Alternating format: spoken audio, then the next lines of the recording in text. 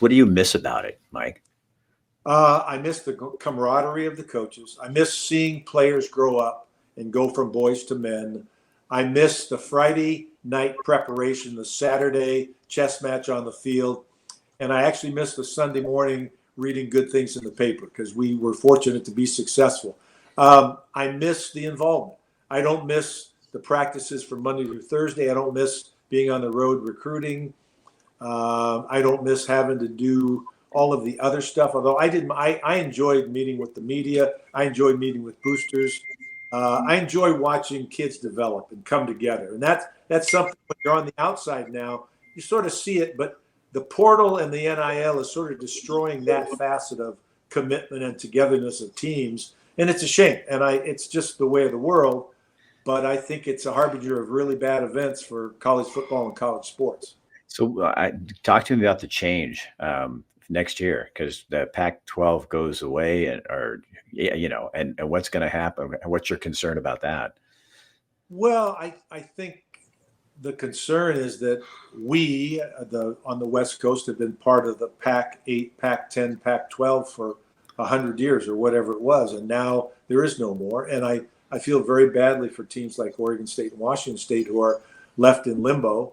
Cal and Stanford are joining the ACC, and they're getting no money for 5 or 6 years.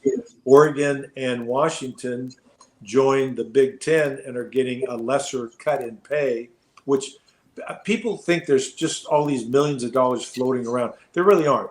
Football and men's basketball make the amount of money that pays for all of the activities of the sports programs at Oregon and most of the other schools. And so it's really difficult because going to make the players unionized, having the portal, having the NIL money, and kids will dip their toe in the portal, see how much NIL money they can get.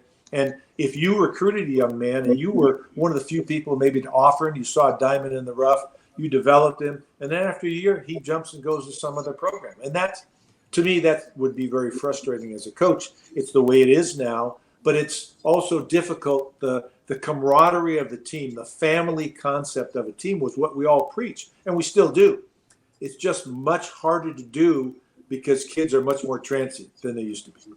Well, and it's good. I mean, I know things change, takes time to get used to, but not playing some of the teams that were, kind of like the standard, I think that's going to tick off the fans, It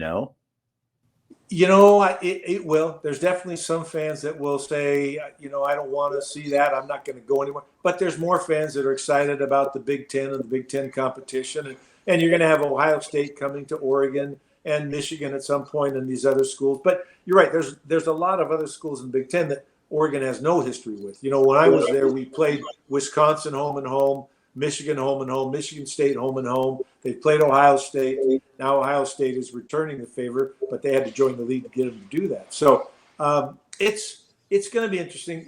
Football fans love college football. I mean, right. It's truly a great thing. It's just now it's going to be different, and you're going to have to get used to. You're right that Oregon may never play Cal again, or may never play Stanford again, and those are some great rivalries over the years. And I know they're playing Oregon State next year. I hope that's an every year game. And I hope they play Washington State too, because there's a great rivalry there. But I don't control the scheduling. Sometimes even the schools don't, because they're done by the league and they're done 10 years in advance. So I don't know. It's very interesting and it'll be a little bit, not confusing, but just we'll have to get used to it. So if you go back, and this may be hard, and you don't have to, you can just tell me that you don't want to answer that. I don't know. But if you had to pick 3 top quarterbacks that you worked with, who would they be? Or I'll even make it 3 players, even if you want to. But quarterbacks is just what people kind of knew names. We were very fortunate. I can tell you, Max Unger was one of the greatest offensive linemen I ever coached. Haloti Ngata was one of the best defensive linemen I ever coached. Jarris Bird, Patrick Chung, some of those kids that played in the secondary were unbelievable. The tight ends we had were unique and great. Peel and Reister, and I'm forgetting Spence. I mean, but the quarterbacks, I mean, I could give you about 10, but I mean, and I'll forget somebody, but Harrington, obviously tremendous guy and great, just amazing player. comeback kid. Keely Smith was a great quarterback. Tony Graziani played. I'm forgetting people. And Danny O'Neill, who led us to the Rose Oh, Bowl. yeah, yeah. He's still on He's- my Facebook page, but he doesn't look as old as us, but he does look a lot older. Yeah, he does. Kellen Clemens, who was one of my favorite people in the world that played in the NFL for 13 years. AJ Feely played for 15 years. I mean, these guys were great.